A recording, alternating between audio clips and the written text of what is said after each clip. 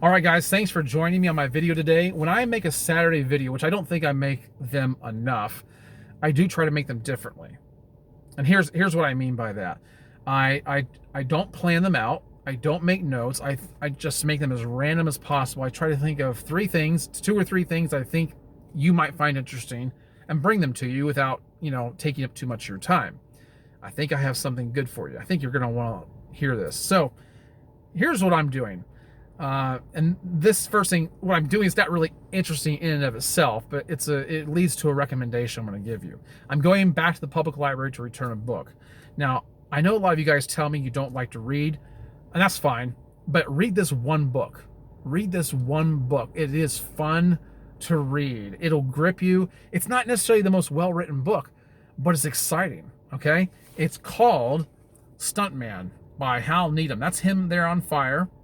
And the caption here says, "My car crashing, plane jumping, bone breaking, death-defying Hollywood life."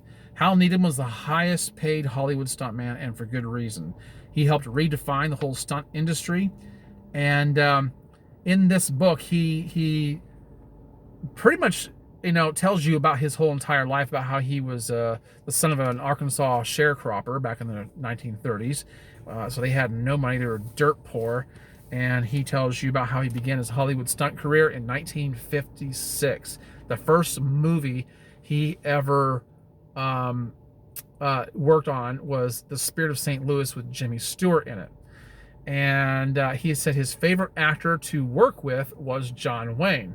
He said he was very respectful, very kind, a real gentleman, but he actually taught John Wayne how to throw a punch on camera. And he's best friends with Burt Reynolds.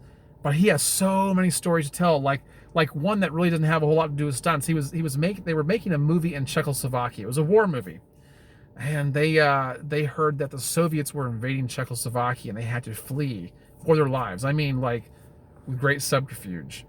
It's really interesting. It's fun. A lot of you guys would call him an alpha male, just because of his personality, his daring do, and he's just a man's man, and he has done a lot of things that you and I only dream about.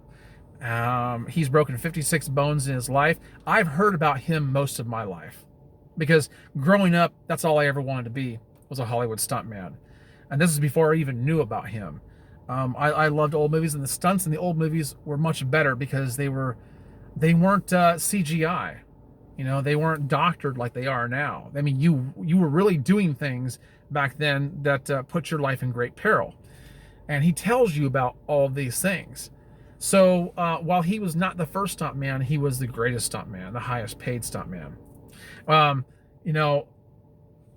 was saying I wanted to be a stuntman when I was growing up. I'd seen the movie Hooper, okay, with Burt Reynolds and Jan Michael Vincent, and things like Smokey the Bandit, Cannonball Run.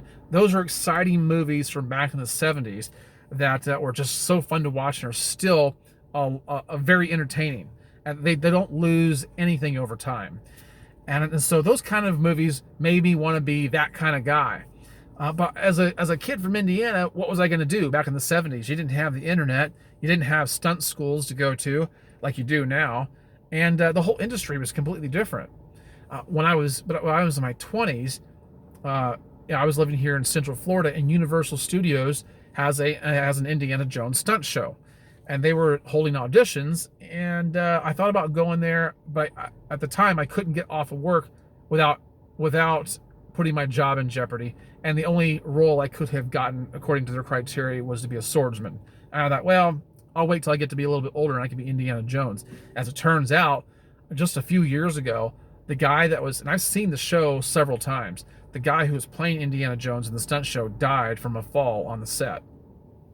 Yeah. So, I mean, even at that level, it's still really dangerous. And, after reading the book, I'm thinking maybe I wouldn't have wanted to be a stuntman. I don't know. I mean, at the age I'm at now, but when I was younger, nothing would have stopped me. So anyway, I had mentioned a few movies: Cannonball Run, Hooper, Smokey the Bandit. Well, believe it or not, Hal Needham eventually became a movie director and producer. That's very rare for a stuntman. And he actually made those movies. Yeah, he made those movies. And he made about 10 feature films. In fact, Smokey and the Bandit, when it came out in 1977, did so well that the only movie that outperformed it was Star Wars. That's right. The only movie that outperformed it was Star Wars, and still holds up to this day. So anyway, if you haven't seen those movies, watch them. But yeah, Hal Needham was, man, he's a lot of fun to read about, man. And so, like I said, his best friend was Burt Reynolds. So let me tell you about Burt Reynolds. Burt Reynolds helped out Hal Needham quite a bit. But I've got two things I want to share with you, a little more closely related to me. Now, about 25 years ago, I'm guessing, I'm estimating, it might have been a little bit longer than that, Burt Reynolds had written a book. He wasn't in very good health already at that time because of some accidents that happened on set, and he had heart problems and whatnot. But he had written a book. I think it was after him and Lonnie Anderson divorced. Anyway, he came to Lakeland to a Books A Million to do a book signing, and everybody in Lakeland showed up. I swear to God, it seemed like it at least. So I went there and I could see him from a distance. I thought, man, he looks so old. and I also noticed, what I noticed when I was there was, and he was very interactive, very kind, very, very nice to people. But there's a lot of really beautiful young women in his orbit. And this man came up to me. He seemed kind of slimy. And it quickly became known to me that those women were affiliated with him. Not Burt Reynolds, but with this guy that came up to me. And he handed me his card. And he said, have you ever thought about becoming an escort? I mean, I looked different back then. I didn't have a beard and everything, much more trim and all that. And I said, well, no, I can't say I've ever thought about it. But, I mean, since you're talking to me about it, it sounds interesting. What do I have to do other than what seems like the obvious? Just wanted to kind of suss this out for myself. So he goes, listen, son, all you have to do is take these rich women on dates. Not the women that were there, obviously, because they're escorts themselves. But, you know, these rich older women. And I said, oh. He goes, that's all you have to do. You don't have to do anything else. Just take him out on a date. No, that's okay. That's okay. I'll take it. It'll be a hard pass for me.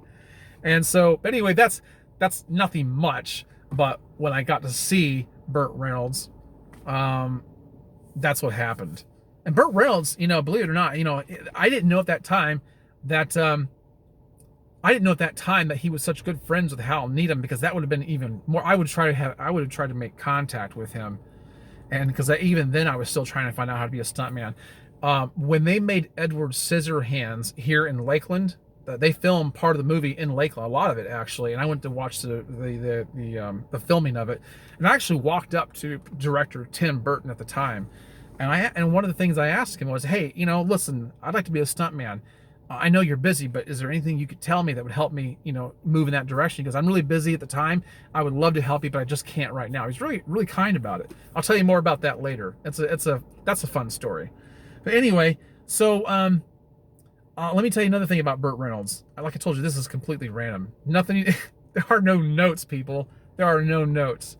So let me tell you about my older brother and Burt Reynolds. So when my older brother, who was 4 years older than me, when he was in college, he was going to college in Wisconsin. And during his summer break, him and his friend decided to go to their friend's home to spend the summer, which is in Tacoma, Washington. They heard that Burt Reynolds was making a movie close by, or just right over the state lines. I think it was in Oregon. I think it was the movie Malone, if I'm right. Okay, so they decided what they would do. They wanted to see him, so they put on some nice suits, threw some cameras in their car, and they showed up at the movie set. And they told the people who I guess were guarding the gate that they were from PM Magazine. I don't know if you know what PM Magazine is, but it was like a news variety show that started like in the late 70s, early 80s. It was pretty popular for a while. Eventually, Entertainment Tonight made it fizzle out. And they've recently made a comeback, but I've never watched them. But anyway, PM Magazine was a big show back then. And so they told them they were from PM Magazine. And they got on the set. So they walked around, and they even snapped a picture of Burt Reynolds. And I've seen it. And Burt Reynolds he's a passenger. I think he's a passenger in a Jeep. And he's kind of waving at him as he's driving by. So they wanted to find out where he was at. Like, they want to sit down and talk to him as though they were journalists, like they were doing an interview. That's what they wanted to do. So they found his trailer. They went to the door. That's what they thought was his trailer. They tried the handle. It was unlocked. They went inside, sat there and waited for him. Somebody came in, looked just like Burt Reynolds, but it was his stunt double. Now, when my brother told me the story, that in and of itself was cool to me because I wanted to be a stuntman. I was like, wow. I mean, that's almost big. That was, to me at the time, that was almost bigger than Burt Reynolds himself. And he says, yeah, he looked just like him. He goes, and we sat there and talked to him for quite a while. And the guy, I think the guy knew that they weren't, really interview him, but they did talk to him. Kind of a neat story, right? Kind of a neat story. Just the audacity to do something like that kind of makes me respect my brother a little bit more. But that's kind of a neat thing. That's really all I got. Those are my random things on a Saturday video. I hope you enjoyed them. I hope you thought they were entertaining.